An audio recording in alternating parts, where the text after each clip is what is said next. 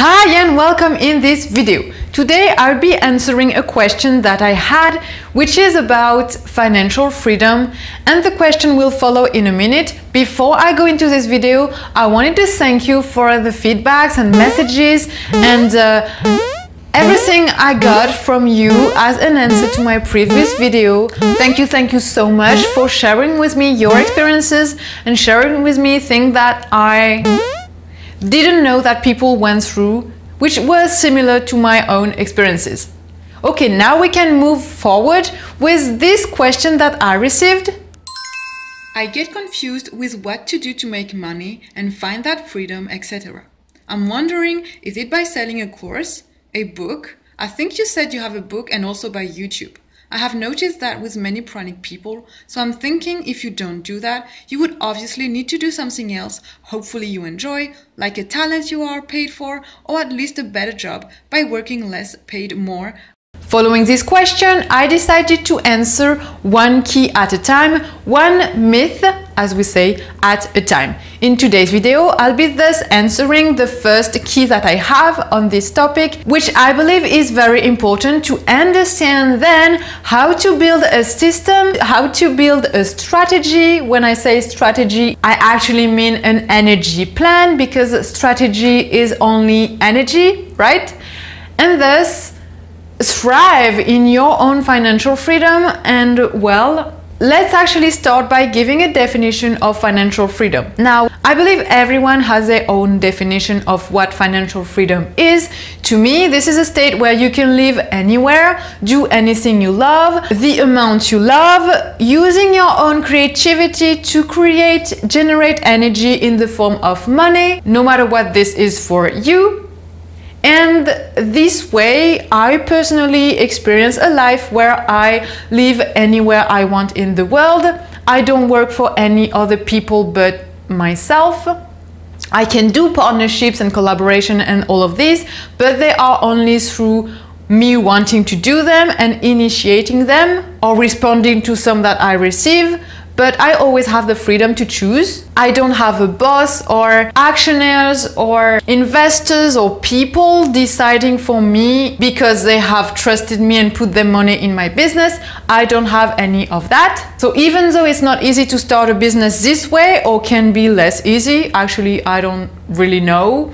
I assumed previously that it was less easy to not have investors or business angels, but I believe today the freedom that I have, even though at the beginning it was scary and I didn't really understand it, now I understand better and I feel grateful for this life. I don't share from a perspective of being a billionaire or even a millionaire. I am not that at the moment I'm making this video. I actually don't live with very much money, but the money I have and the money I receive on a regular basis is superior to my needs and expenses.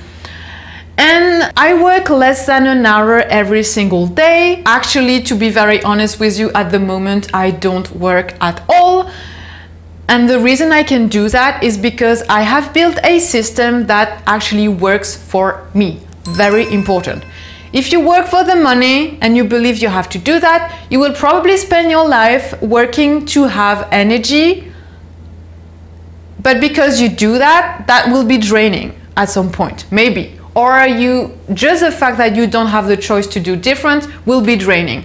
But if you create and think in a way that you truly believe energy can work for you and you don't have to do nothing for it at some point, then you will strive more and you will have more time to actually do things that you love, like things that I do right now: meditation, hiking, workout, spending time with nature at the beach, hanging out with people, spending time with family, animals, volunteering, anything you like really, because you have the freedom to choose whether you want to work or you don't want to work. When I say work, meaning whether you want to create in a certain way or not create in a certain way, if that makes sense. Okay, in the keys and myths I will be sharing in this first video and the following ones, as I am making a video series on this topic, I will be sharing simply my experience. Again, can't share other people's. My experience meaning how I went from minus over $90,000 of debt to being financially independent within 2 years. So to conclude this first introduction, I'm asking you, what is your definition of financial freedom? How would you like yourself to be financially free? How would you feel when you are at that state? How would your life be like when living your own definition of financial freedom? Because when you have this definition for yourself, that may be different from your neighbors, your sister, your brother, any other people, you can actually start visualizing that, feeling the way you feel when you are living this life, and actually create it or manifest it rather, because this is what happened to me, through your own meditation, okay? Through your meditation practice or through anything you do, really, you will attract more of this life into your own life, because you will have a clear vision of what you want and how you feel when you live this life. Normally, you should already be living this life. It's only more of it, okay? There's no end to it. We can always evolve in our state of freedom, of what we see as freedom, what we perceive as freedom. For example, for me, I do think about how I can live more energetic, in other words, more strategic, especially with the workout. I'd like to achieve other things with my body, things that I haven't put my attention on so much the past years and that I want to do today. Dancing in a certain way, moving my body in a certain way, doing maybe weightlifting in a certain way. God knows what else, but I would be happy to experience that level of freedom with my physical body more. And this is something you can actually wish and do when you have more time, because you don't have to think about making money, working to get income, working to get money to pay for this and this and that, paying bills and rents, because you have built your own system of energy that is paying off. Okay, so let's move on to the first key that I will be sharing in this video. Now, the first key can be a myth and can be a reality, and it's about the past. Of course, I will give you several solutions with this key, because this key can create patterns in your life that have or may have a negative effect in your financial freedom, just like it can have positive effect on your financial freedom. And the solutions I will share are solutions that can help you getting only the positive effects in your financial freedom. Your perception of the world from year 0 to year actually, I don't know where it ends. Okay, let's say your perception of the world as a child builds your reality as an adult. More precision, how you perceived the world from 0 to 18. Let's say that being a child starts from 0 and finishes at 18. That's only theory, but you know, to make a clear beginning and end. So how you perceive the world from 0 to 18 builds your reality, your life as an adult. This is very true with anything, and also with money and finances. Now, this is true for the positive and this is true for the negative. And it doesn't have to do anything about how you were feeling at that time. Even though you don't feel anything, you don't actually remember anything, the truth is what people told you, and actually the way you perceived what people told you, creates your reality after.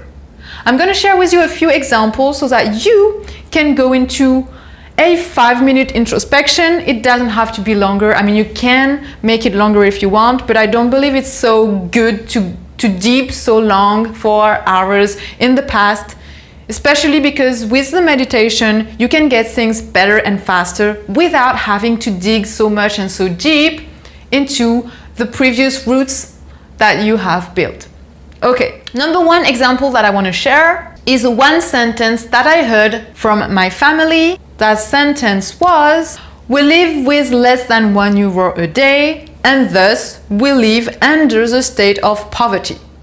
So I heard that a few times, and because of the way it was said to me and the emotion that was in it, I believed, I made the connection that living with less than €1 a day is being poor.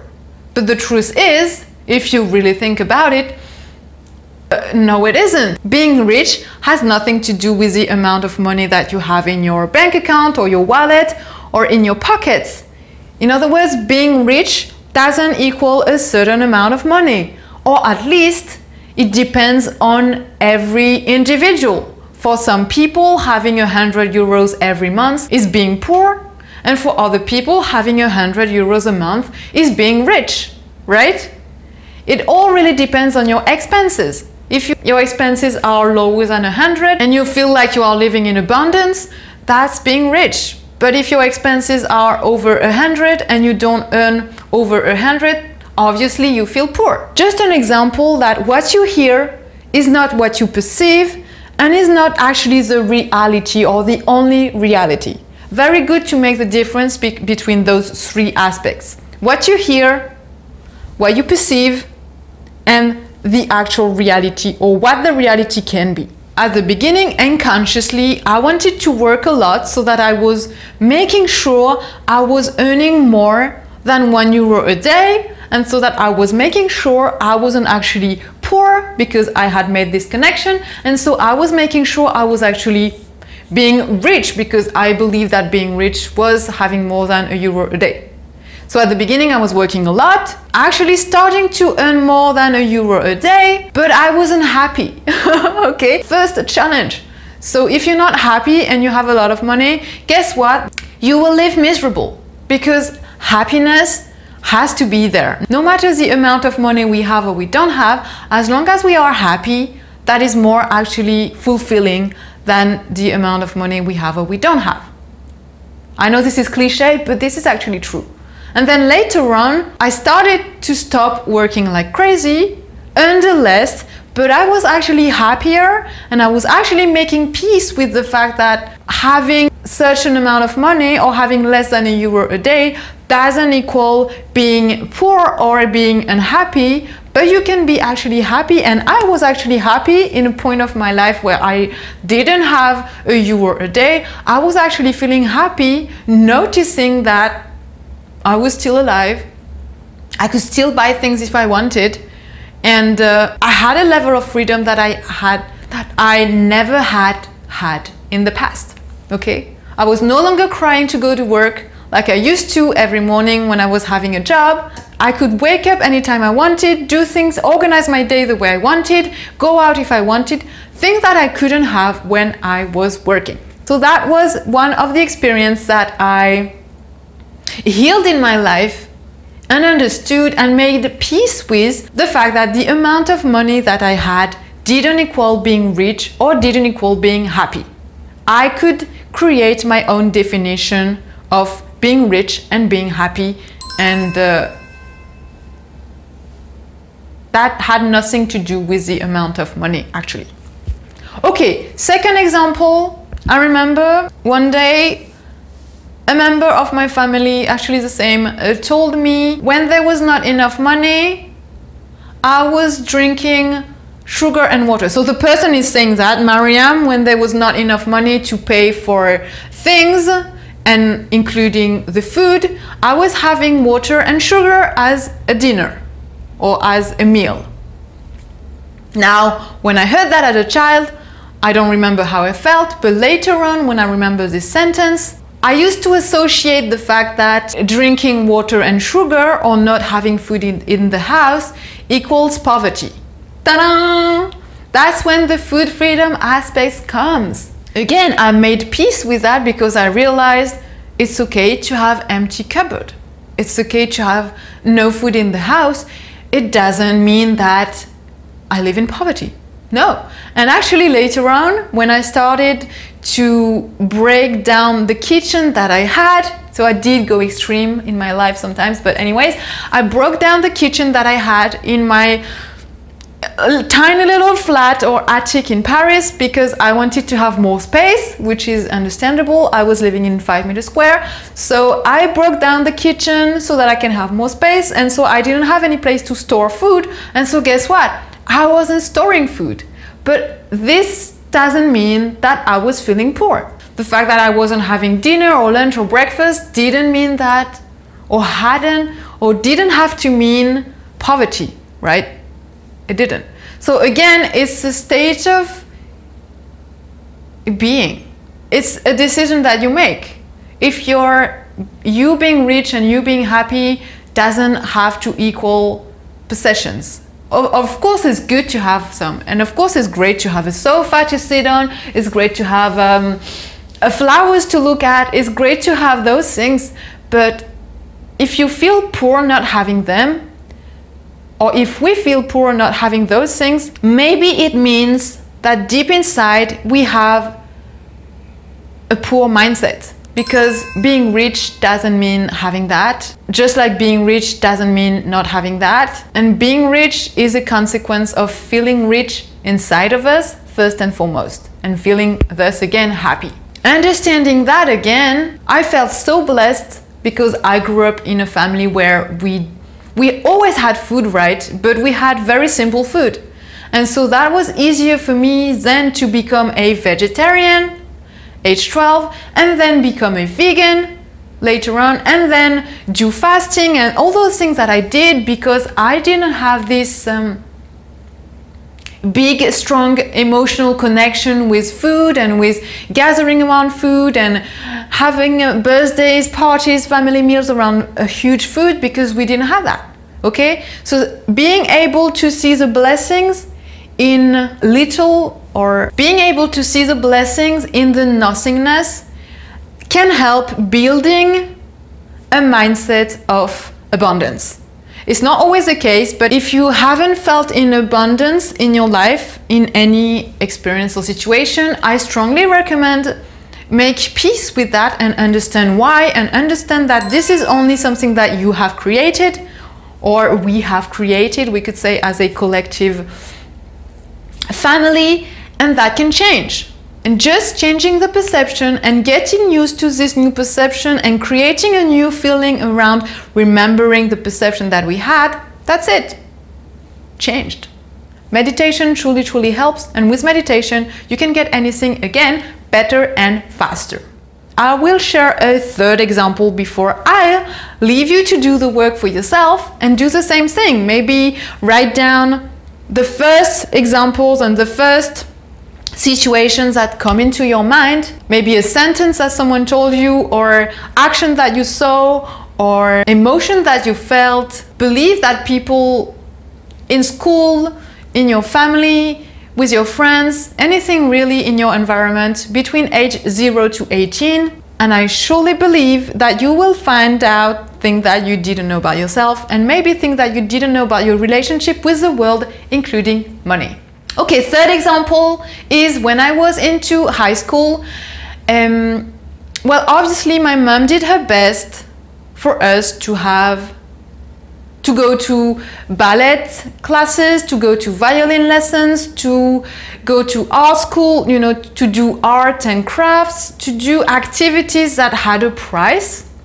And she also did her best to have us, my sister and I, going to private school, even though, very honestly, we didn't have the budget for that. So basically we were going to private school, but we didn't have a car, for example, or she would make and sew our own clothes so that she could save money on not having a car and not having to buy clothes or certain clothes, so that with the money saved, we could go for art school, music school, dance school, and private school.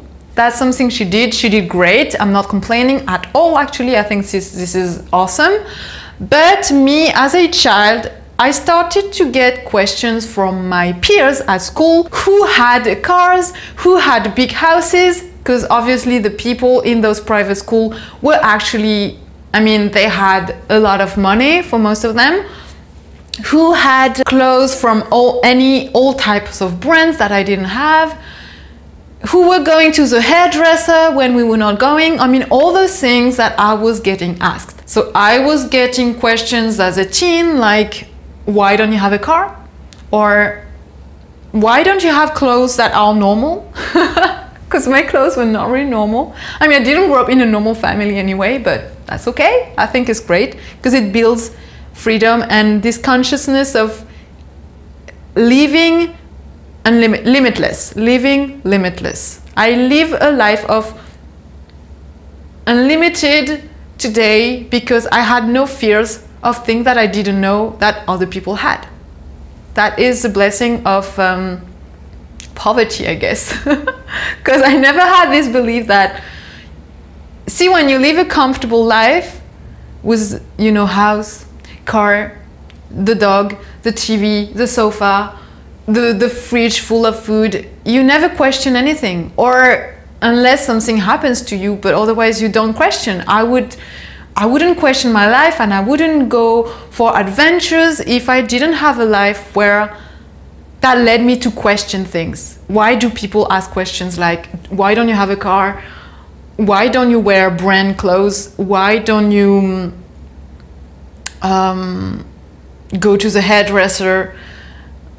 Why don't you go on holidays? Things that I didn't know in my life. So I was eager to understand. I was eager to understand how other people live and why do they go on holidays? Why do they have cars? Why do they have all those things? And because I was eager to understand, life was, to me, full of experiences that I always said yes to, even if some of them were a little bit crazy and risky and dangerous, actually, as I shared in previous videos. Okay, so let's go back to the example. So when people were asking me this at school, I didn't know the answer. So that led me to question myself, why don't we have a car? And then I realized the answer to that question was because there's no budget for the car. There's no money for it, okay? And at the beginning, I used to be so frustrated and so pissed off, and I was so sad that because I realized that I couldn't say that answer to my friends because I was feeling ashamed, in other words. I was feeling ashamed that we didn't have enough money to have a car to live like everyone else. So I remember I used to find tricks to hide myself when we were walking with the trolley to Lidl's when we were children, so that my peers couldn't see me in their cars while their parents were driving. So I was either hiding or walking 100 meters ahead of my mom driving the trolley, so that people couldn't see me, but guess what? They were seeing me anyway, because I was living in a small town and, you know, people were knowing each other, especially my mom and my sister and I. We were different. Just the way we were looking was different.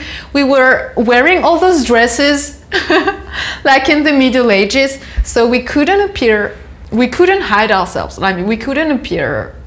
We could only be seen, right? And so then my peers were asking, why did you walk 100 meters away on Saturday afternoon while your mother and your sister were with the trolley? That was making me even more ashamed and frustrated. So really, you can't hide. Life is always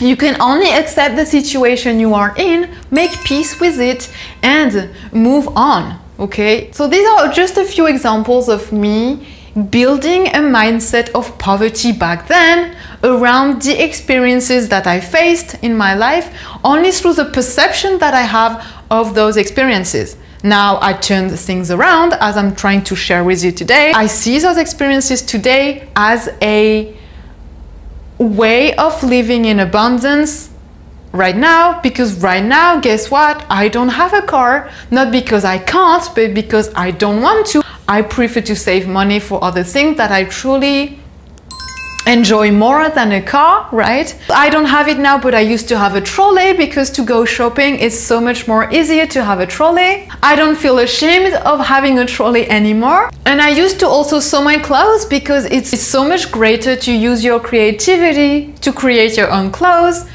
and you actually save a lot of money. Now I don't do that right now because I focus my time and energy on other things, but really all of these blessings and freedom and this level of freedom is thanks to my family and thanks to the way that I grew up. Even though I felt frustrated a little bit, that paid off.